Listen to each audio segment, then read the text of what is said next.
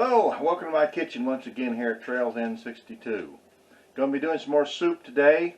A Zuppa Toscana Olive Garden soup is what it is. It's kind of a copycat recipe of Olive Garden's Zuppa Toscana soup. And this is basically the base, because when you eat the soup you put in the cream and the Parmesan, shredded Parmesan cheese. I don't can that. Some people do can cream. I don't.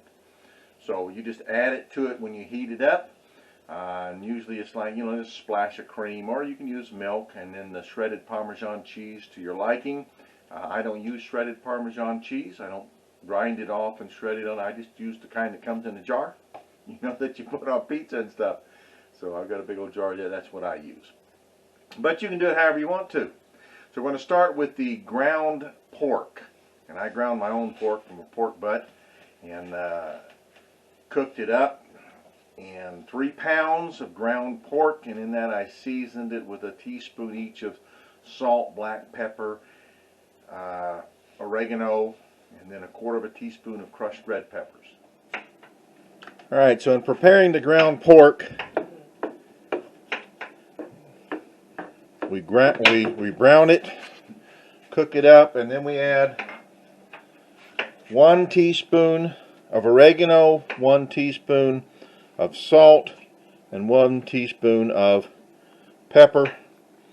Once it's cooked, we add that in, and 1/4 teaspoon of crushed red pepper. And I just put that into the ground pork, and I'll mix that up and set that aside. Now this recipe is designed to make 4 quarts or 8 pints, and I'm going to use quarts, and make a quart of soup. To start with, I'm going to put in the onion and garlic, and what you do is you take, it's 2 small onions, which is about 1 cup of diced onions, and 4 cloves of garlic, which makes about 2 teaspoons of minced garlic. That's what I used. So I've mixed those together. Actually, Evie mixed these together. She actually cut up the onions too. Cried while she was doing it. And so this will make about 1/4 cup of this into each quart.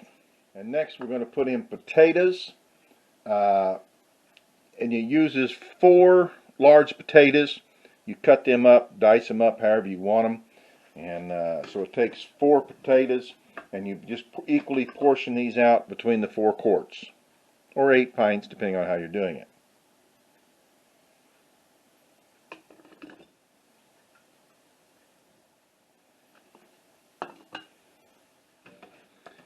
Next, we're going to put some kale in, and the recipe calls for 1 bunch of kale, which I bought a bag of kale that was already chopped up. So, and you have to blanch it. So I used a heaping 2 cups of raw kale, blanched it, and it made about 1 cup of blanched kale. So I'm going to put about 1/4 cup of blanched kale into each quart. It was about a heaping 1/4 cup of the blanched kale per quart. Then we're going to put in the sausage, the pork sausage that we've seasoned and ground and fried up here. And you fill it up to about 3/4 of the jar. Okay, so now my jars are 3/4 full, and I still have quite a bit of pork left, more than I really should have. I'm thinking probably, I'm following this recipe, and I'm thinking probably instead of using 4 large potatoes, maybe use 4 medium potatoes instead of large ones. And that way you can put more meat in it, because I like a lot of meat in my stuff. So anyway, the reason we only fill them up to 3/4 full is because then we're going to put pork broth into them to fill them up, to finish filling them up.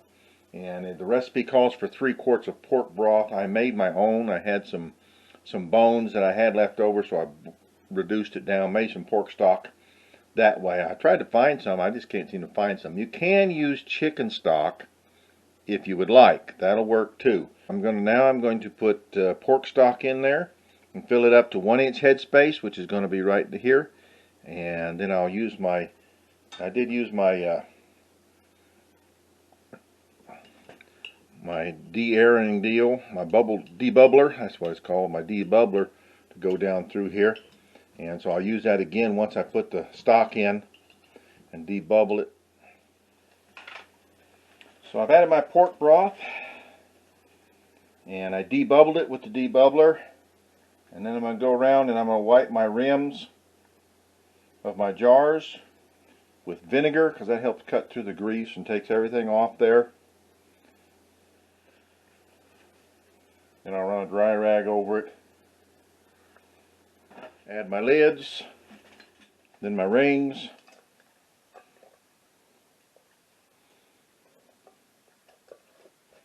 finger tight. Then I'll put them in my canner with my water. Put 8 cups of hot water in the canner. Put the rest of the vinegar in there because we have extremely hard water. Make sure my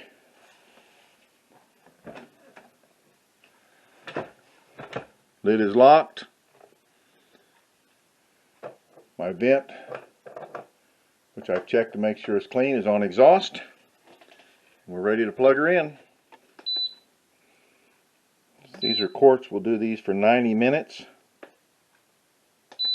Pints would do 75 minutes.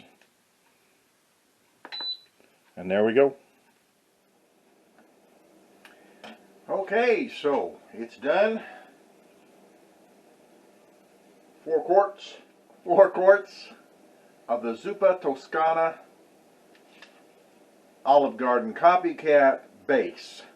Now, I say it's a base because when you eat it, you're going to heat it up on the stove. You're going to put in a splash of cream or milk if you don't have cream. And then you're going to top off your bowl with grated Parmesan cheese, or like I do, I just use the Parmesan cheese from the shaker like what you put on a pizza. I don't get grated Parmesan cheese. Anyway, you can do that if you want to, or use the other, but you top it with Parmesan cheese, and there we have it. 4 quarts of Zuppa Toscana soup base. Olive Garden Copycat. So the recipe says. Now, I had some sausage left over. Not sausage, it's ground pork. I had some ground pork left over. And probably what I will do next time, it calls for 4 large potatoes. I'll probably reduce that down to 4 medium potatoes, not large ones. And so that way all my meat will go in. And it took not quite all 3 quarts of the pork base. Now I made my pork stock. I made my pork stock from some bones that I had in the refrigerator, reduced them down. But you can also use chicken stock in there as well. So either way will work. That's it. Appreciate you watching. Till next time, from my house to your house, from my kitchen to your kitchen. God bless.